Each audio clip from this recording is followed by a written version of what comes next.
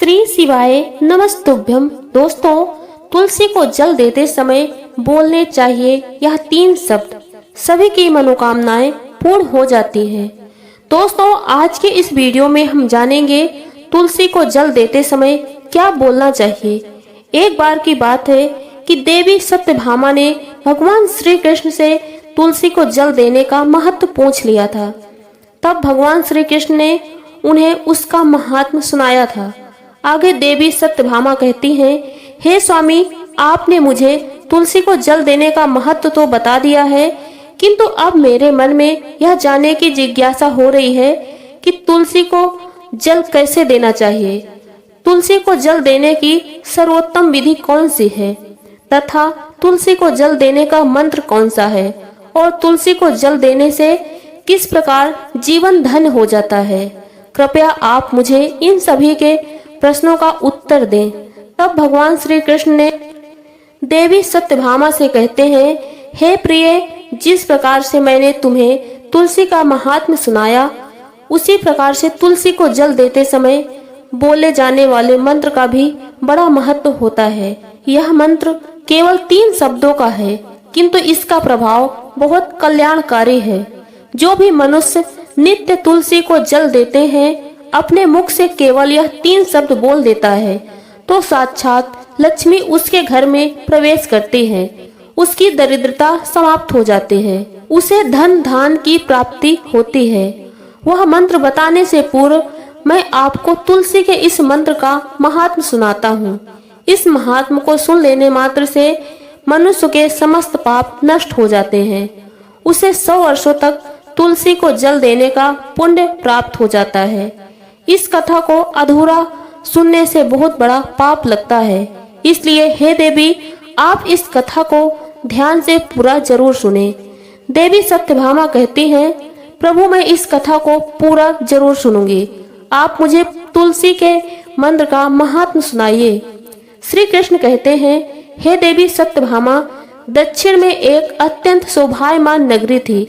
उस नगरी में सुस नाम का एक खोटी बुद्धि का ब्राह्मण रहता था। पापियों का तो वह शिरोमणि था।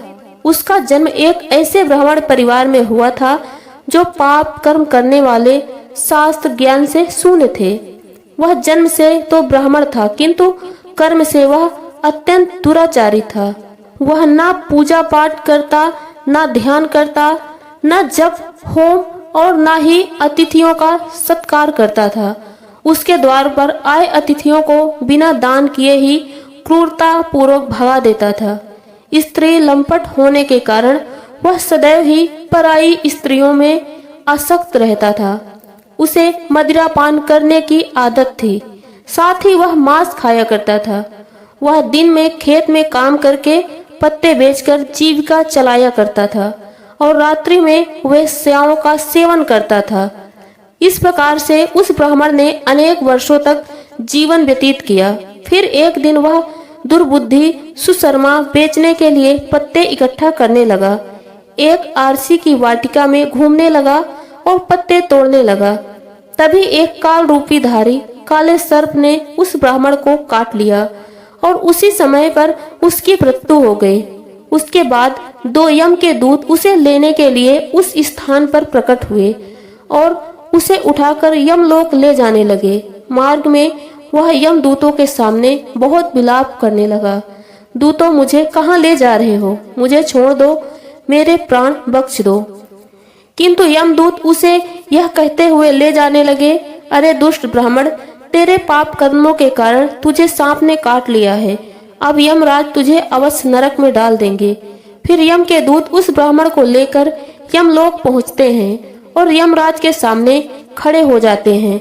चित्रगुप्त उस ब्राह्मण का लेखा जोखा निकालते हैं और यमराज से कहते हैं, धर्मराज, इस ब्राह्मण ने बचपन से लेकर मृत्यु तक पाप ही पाप किया है।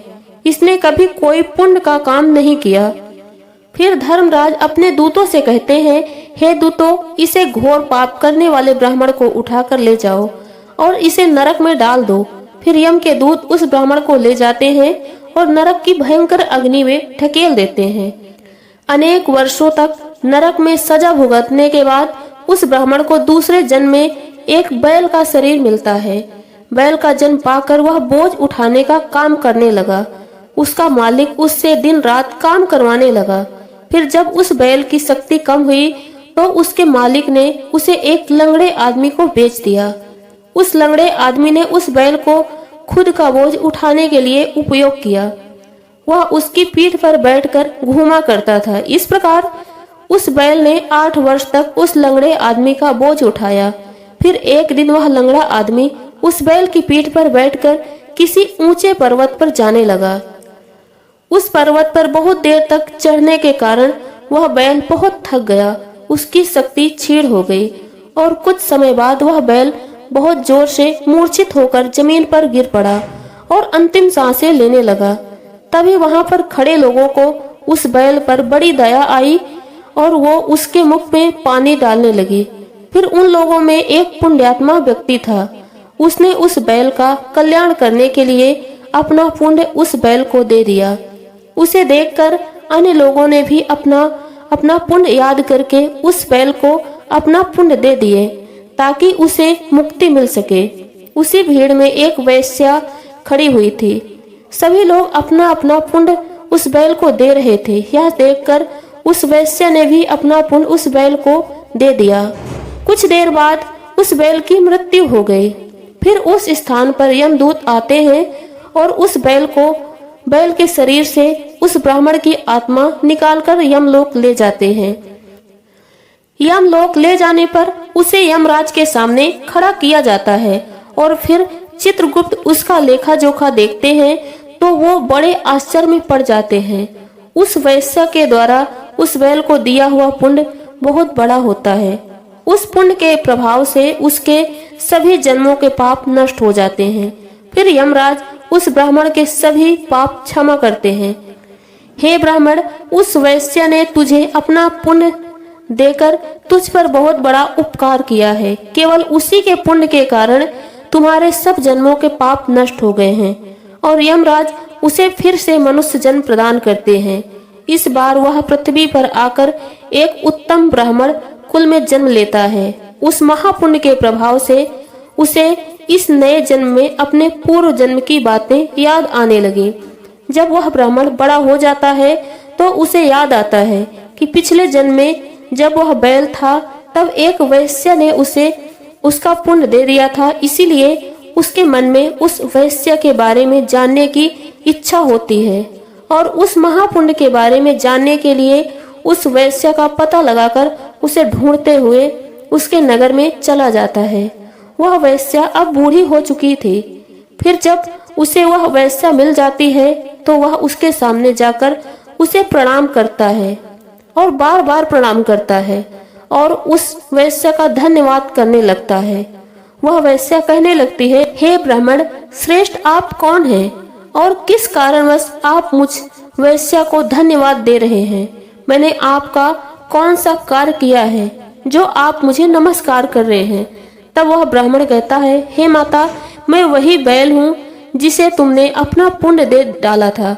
अपने पाप कर्मों के कारण मुझे पिछले जन्म में बैल होना पड़ा था। उस पर्वत पर जब मैं मर रहा था तो तुमने मुझे अपना पुण्य दिया था। तुम्हारे पुण्य के प्रभाव से ही आज मुझे फिर मनुष्य का जन्म मिला। तुम्हारे द्वारा दिए गए उसी पुण्य के कारण मुझे अपने पूर्व जन्म की बातें याद हैं। हे माता, मैं आज यहाँ पर यही जानने के लिए आया हूँ कि तुमने मुझे उस समय पर अपना कौन सा पुण्य दिया था जिसके कारण मेरे सभी जन्मों के पाप नष्ट होके चले गए। उस पुण्य के बारे में मैं जानना चाहता हूँ। तब वैश्य ने कहा, हे ब्राह्मण श्रेष्ठ, मैंने तो अपने जीवन में कोई पुण्य के काम नहीं किए, किंतु मेरे घर में एक तोता है जो पिंजरे में रहकर हमेशा कुछ न कुछ बोलता रहता है, जिसे सुनकर मेरा अंतःकरण पवित्र हो गया। उसी तोते के द्वारा बोले गए मंत्र का पुण्य मैंने तुम्हें दान में दे दिया था। फिर वह वैश्या और ब्राह्मण उस तोते के पास जाते हैं और उससे पूछने लगते हैं, हे सुख, तुम कौन सा मंत्र बोलते रहते हो जिससे हमारे जीवन का उद्धार हुआ है? यह मंत्र तुम्हें किसने सिखाया और इस मंत्र का क्या अर्थ होता है? तब उस तोते ने अपने पूर्व जन्म का वृतांत सुनाना आरंभ किया। वह तोता कहने लगा, हे ब्राह्मण श्रेष्ठ, पिछले जन्म में मैं एक ब्राह्मण था। अपने ज्ञान के अहंकार में अंधा हो चुका था। मैंने कभी गुरुजनों का आदर नहीं किया, सदैव ही उनका अपमान किया। मुझे अपने ज्ञान पर इतना अधिक घमंड हो गया था कि जिस कारण से मेरे क्रोध बहुत अधिक बढ़ गए और मैं सभी से द्वेष करने लगा, अन्य मनुष्यों को तुच्छ समझने लगा, विद्वानों का भरी सभा में अपमान करने लगा। फिर कालांतर मेरी मृत्यु हो गई और मुझे यमलोक ले जाया गया। पूज्य जनों और गुरुजनों का अपमान करने के कारण मुझे तोते के कुल में डाल दिया गया और मेरा जन्म एक तोते के रूप में हो गया।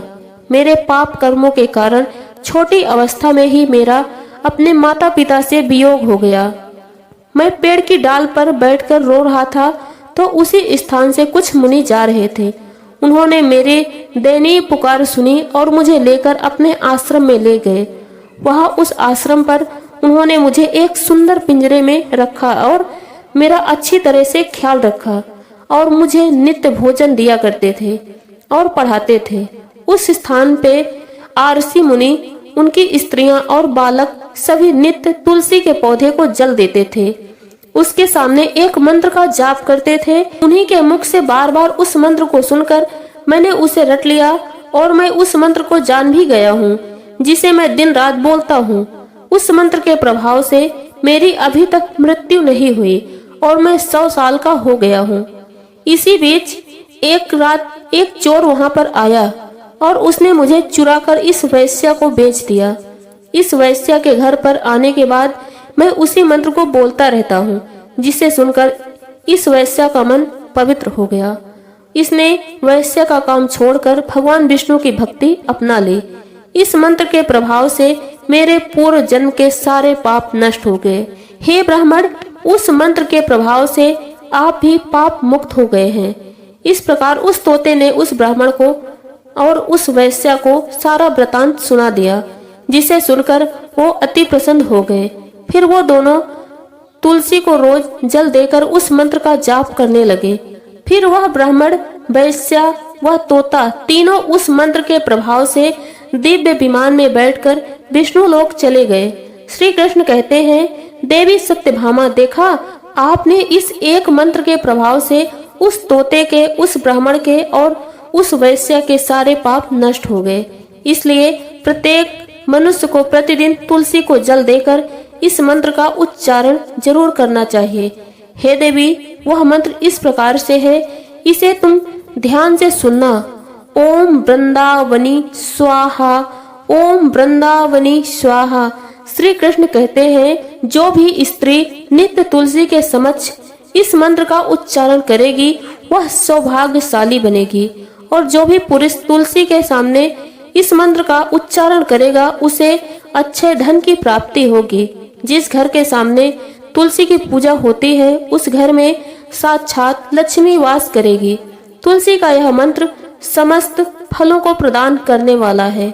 अतः जो भी तुलसी के सामने इस मंत्र का उच्चारण करता है उसे समस्त सिद्धियां प्राप्त होती हैं। स्त्रियों को प्रतिदिन स्नान करने के बाद अपने बाल बांधकर मांग में सिंदूर भर के तुलसी को जल देकर इस मंत्र का उच्चारण जरूर करना चाहिए। इससे सभी दोष नष्ट हो जाते हैं। रोज शाम को तुलसी के पास घी का दीपक जलाना चाहिए। उसके पास बैठकर भगवान विष्णु की आराधना करनी चाहिए। इससे घर में धन धान की प्राप्ति होती है। मासिक धर्म के दौरान स्त्री को तुलसी की पूजा नहीं करनी चाहिए। इससे घोर पाप लगता है और स्त्री की दुर्गति हो जाती है। यह कथा साक्षात भगवान श्री कृष्ण ने देवी सत्यभामा को सुनाई थी।